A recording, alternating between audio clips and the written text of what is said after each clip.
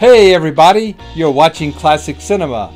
I've got some cool and interesting flicks picked out for you today, so if you're looking for a change of pace from the current movies, then stay tuned for some fun but neglected films.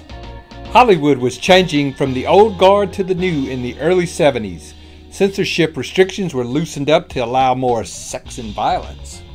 Times have changed. Some talented young directors were making waves like Steven Spielberg, George Lucas, Francis Ford Coppola, Martin Scorcese, William Friedkin, Brian DePalma, and many more. They breathed new life into the movie industry. In particular, 1973 was a strong year with new groundbreaking films. Some of the best were The Exorcist.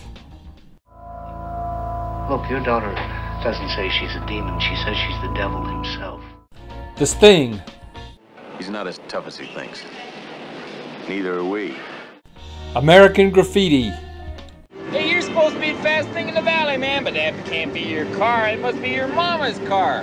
Enter the Dragon.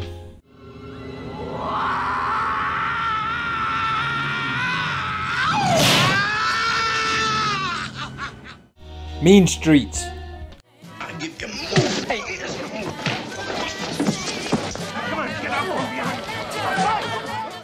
And two with Clint Eastwood, High Plains Drifter.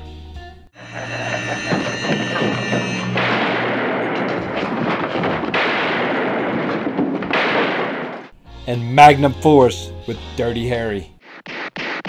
Eastwood is back in full force. Even non-movie lovers have heard of, if not seen, these awesome movies. But there are many fine films that have slipped through the cracks that I feel deserve some love. So sit back and relax as I give you my 5 recommendations for the best hidden gems of 1973. Directed by Philip D'Antoni, who also produced Bullet. And The French Connection. The 7-Ups is the first movie today.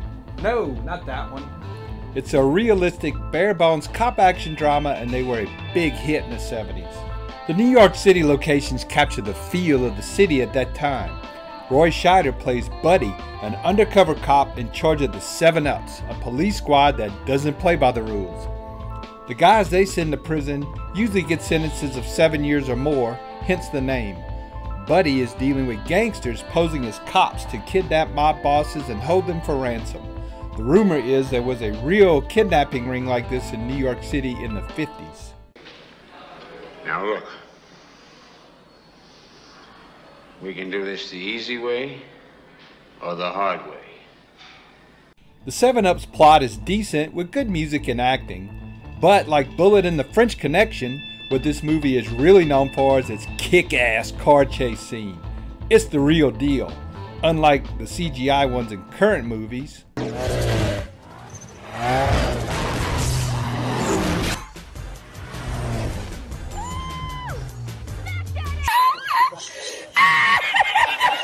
It took 4 weeks to shoot and arrivals among the best on film. Bill Hickman, the same stunt guy for Bullet and The French Connection, set it up and drove in it. It's pulse-pounding and nerve-wracking, but exciting as hell.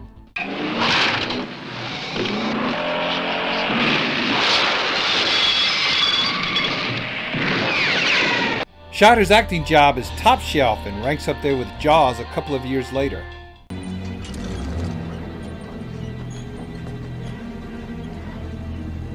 You're gonna need a bigger boat. He's a no-nonsense, badass cop that takes care of his guys. Solid jobs too by Tony LoBianco. The guy you iced was a cop. Ken Kercheval. And Richard Lynch is the big baddie. Really flesh out the film.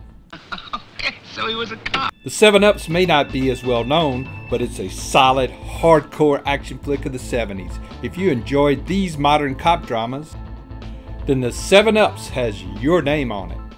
If you are into good road films, buddy movies, and dramas, then the next movie might be in your wheelhouse. Scarecrow stars Gene Hackman and Al Pacino, and they carry this film. They were at their peak after doing The French Connection and The Godfather. Pacino and Hackman play these two drifters bumming rides from Cali to Pittsburgh. You also get a sweet tour of the old USA circa 1973. Awesome visuals. The plot might seem a little sappy. It's not exactly the cream of the crop, but the two main characters are on point. Hackman plays Max, an ex-con that will fight anybody, anytime, anywhere at the drop of a hat.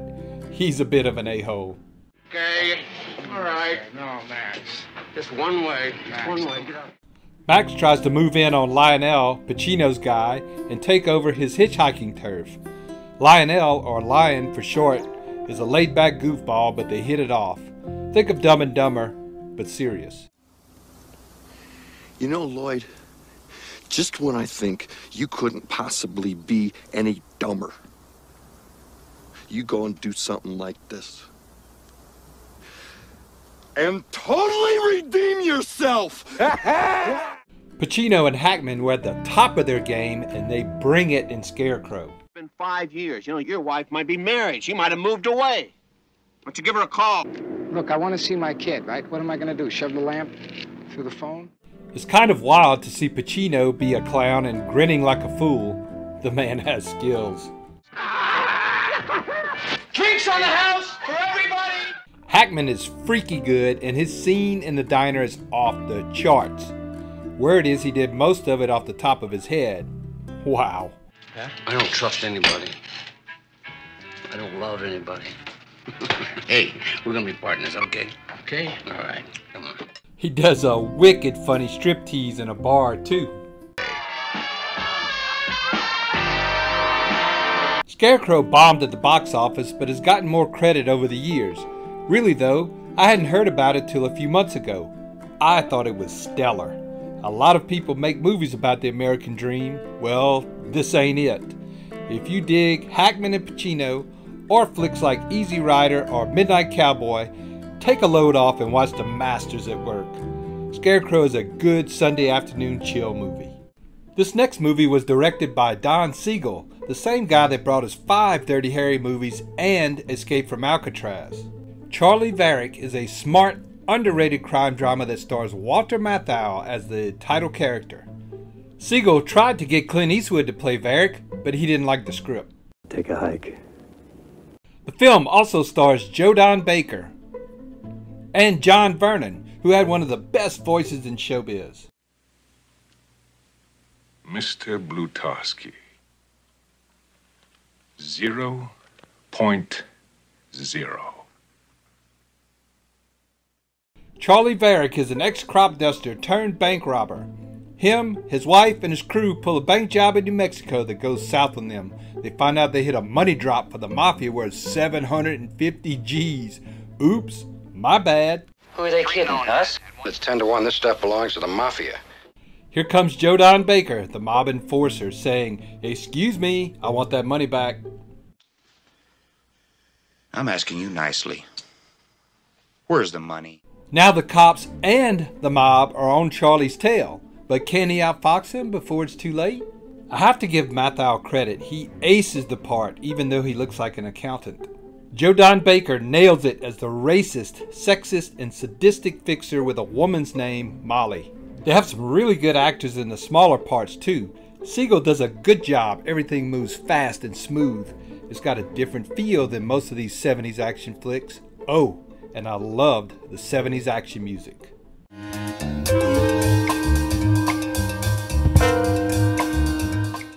Man, it takes me back.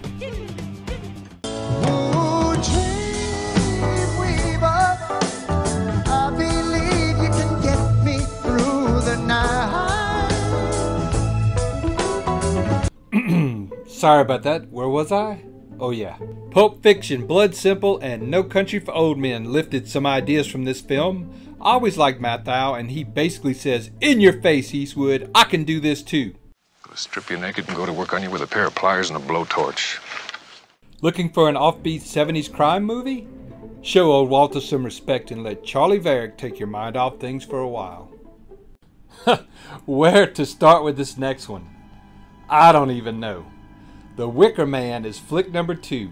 It's become a cult favorite and is light years better than that crappy Nicolas Cage remake in 2006. I couldn't think of a more horrible job if I wanted to. That was a dumpster fire. I know this movie isn't everyone's cup of tea, but it still gets dumped on. Some people still don't know if it's a drama, a horror, a satire, what, but who cares? All I know is it's 70s weird and freaky. I know it creeps out a lot of people, so here we go. Edward Woodward, the guy from the Equalizer TV show, is Sergeant Howie, and he goes to Summer Isle, a little island by Scotland. He gets word there is a missing girl there. I am here to investigate the disappearance of a young girl. Where is Rowan Morrison? Being a hardcore Christian, he gets riled up when he finds the island is a nest of nature-loving sex junkies run by old Freaky Deaky himself, Christopher Lee. Then things get really bizarre. Good afternoon, Sergeant Howie. I trust the sight of the young people refreshes you. No, sir. It does not refresh me. Oh, I'm sorry. The Wicker Man isn't like these new horror flicks. Oh no. Instead of things jumping out at you, this film creeps up on you slow, and before you know it, BAM! Oh my God! All the music is enough to give you nightmares. I will give a warning here though, some people might be offended by all the graphic nudity. Just a heads up. Christopher Lee is rock solid, probably one of his best jobs. He's pretty creepy. He's dead. He can't complain. He had his chance, and in modern parlance, blew it. God in heaven, even these people can't be that mad. I'm not going to say more because I don't want to throw out spoilers. If you've never seen it, then I can almost guarantee you will never see another movie like it. It will get under your skin. Before I get into the top pick, I want to give a shout out to a few honorable mentions. There were so many good movies, but I had to leave some out that didn't quite make the cut. But that's not saying they're not worth watching. First was The Outfit, a crime drama starring Robert Duvall and Joe Don Baker. It was remade as Payback with Mel Gibson. Sisters, a horror thriller that was Brian DePalma's first successful film. It showcases talents he would develop in future films. And we have Walking Tall, a violent revenge thriller with Joe Don Baker as Sheriff Buford Pusser. Was Joe Don in every movie in the 70s? What a great actor. And lastly, White Lightning, a white trash opera with Burt Reynolds, fast cars, moonshine, fast women. What's not to love? Coming in at number 1 is a revisionist western directed by Sam Blood and Guts Peckinpah. Pat Garrett and Billy the Kid is a grim, ultra-violent film, as you would expect from Peckinpah. The movie's camera work is mind-blowing, and it's his tribute to the end of the Hollywood Western era. The film stars James Coburn as the aging Sheriff Pat Garrett. No need to run off, Holly.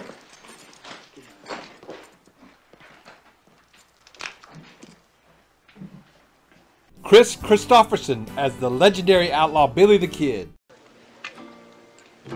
Sheriff Pat Garrett.